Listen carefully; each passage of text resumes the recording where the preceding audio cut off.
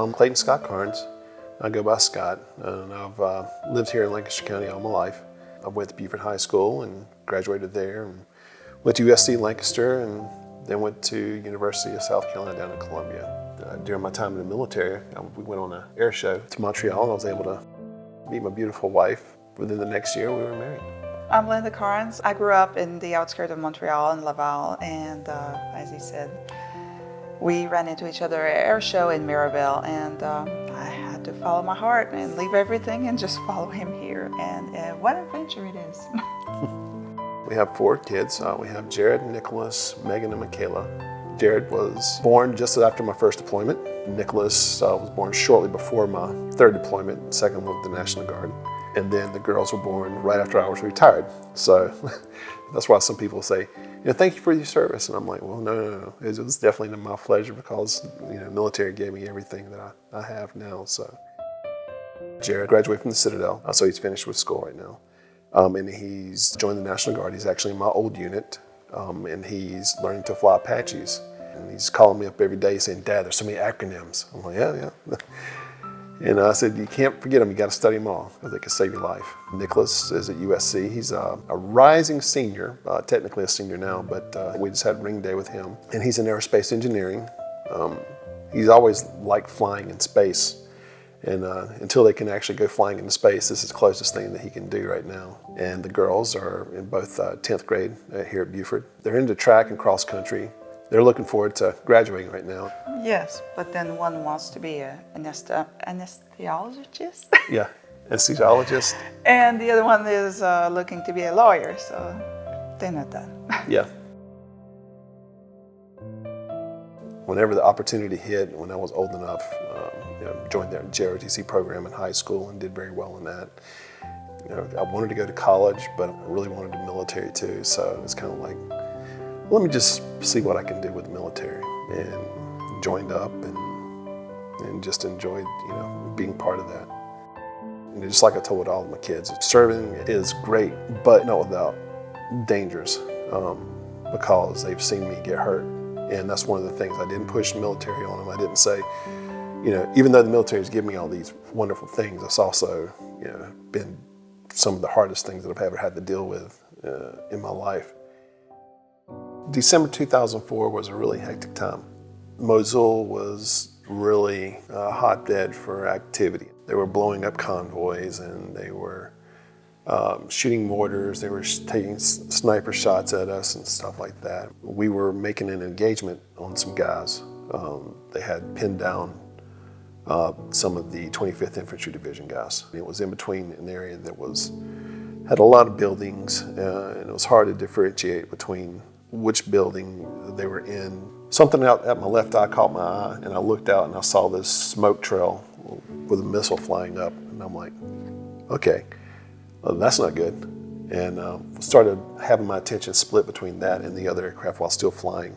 Our lead aircraft had shot, it had missed the building that I was looking at, so I had a couple strikes against me where I was kind of debating on whether or not this was the right building or not. And I didn't want to hurt anybody that didn't deserve it. So I had made the call that we're just going to abort it, and we'll come back around and re-engage. And on my breakout, I guess I had made the right call, that was the right building, because they lit me up with small arms fire and RPG fire. Rounds started coming through the aircraft like Swiss cheese, and the RPG blew up right as I had snapped the aircraft over to make my breakout. It just snapped me around their armor plate on the side and kind of bent me around, and also had ratcheted my head sideways and stuff from that. It was almost like getting T-boned sideways. I asked the other aircraft that was with us, do I have wheels to land? He said, yeah. I said, do you see any fire or anything coming out the side of it? He said, no. He said, but you got a big hole in the side of it. So I called up Mosul Tower and told them we're going to go ahead and land, have the emergency services out there. And instead of just putting more stress on the helicopter about trying to hover, I just went ahead and did a rolling landing.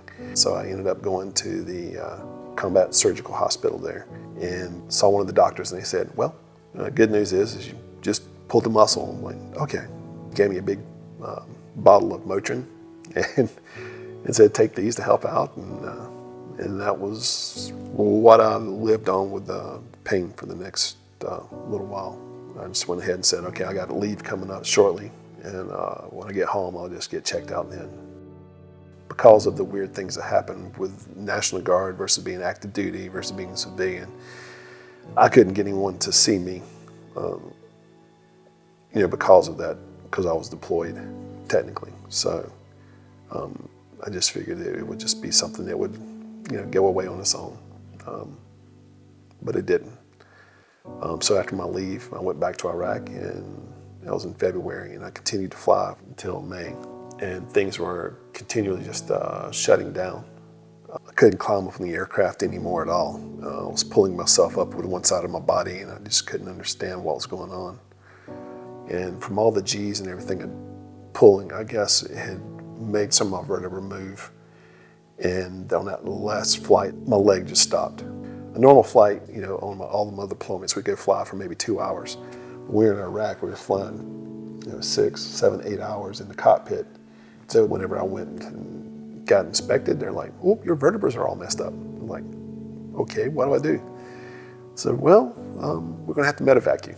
I told Linda that I was getting medevaced, and they're going to send me to Germany. When I got out there, and the doctors saw me having these spasms, they're called myoclonic spasms. They really almost look like I'm having a seizure. But at the time, I didn't know what was going on with it. So they had seen that, and they said, well, there's nothing we can do for you here. We got to send you back home. So I called her up and said, okay, don't come to Germany. I'm coming to you. They were going to retire me out based on just the limited things that they had done to me. It was hard, because it's something I'd always done my whole life. And all of a sudden them telling me that I wouldn't be able to fly again. Unfortunately. Yeah. That's when they had to clip his wings.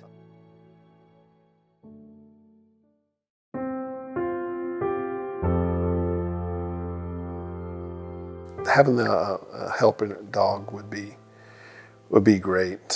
That way it kind of lessen some of her load, and not make her worry as much. Some of the things, like when I'm going up, my knees are locking. It's just that I need something to help me to get up, and that's why she's been there to help me kind of get that over that one little hump to help. It's very difficult to get up with one leg. And I think having a dog trained in a brace to help me to get up would be such a great thing. To retrieve stuff, himself puts him at risk. A dog would help him. If something were to happen, it could get me. And just get his phone, and if he needs to call me, it would give me such peace. I'm supposed to always be there, but sometimes he's doing one thing, and then he needs to go to the bathroom or whatever, and I'm not right there. So it's just little things that we all take for granted. Yeah, I definitely think having another helper around would be awesome. I'm just very appreciative towards anyone that's able to contribute to any type of veterans organization or anything that's able to help them. It's going to someone that actually can use it. And I just appreciate any support that people have given. I know everybody always goes out of the way once they find out you're a veteran and stuff, but I don't like to advertise, what we've been through. And I'm just very appreciative and very respectful of any time that anyone just shows a little bit of interest and stuff, especially when it's, done,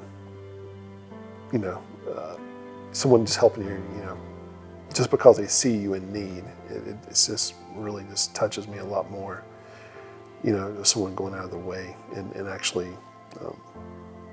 doing that, rather than just saying, thank you for your service or something like that. It's just that extra effort that someone goes through for you is just really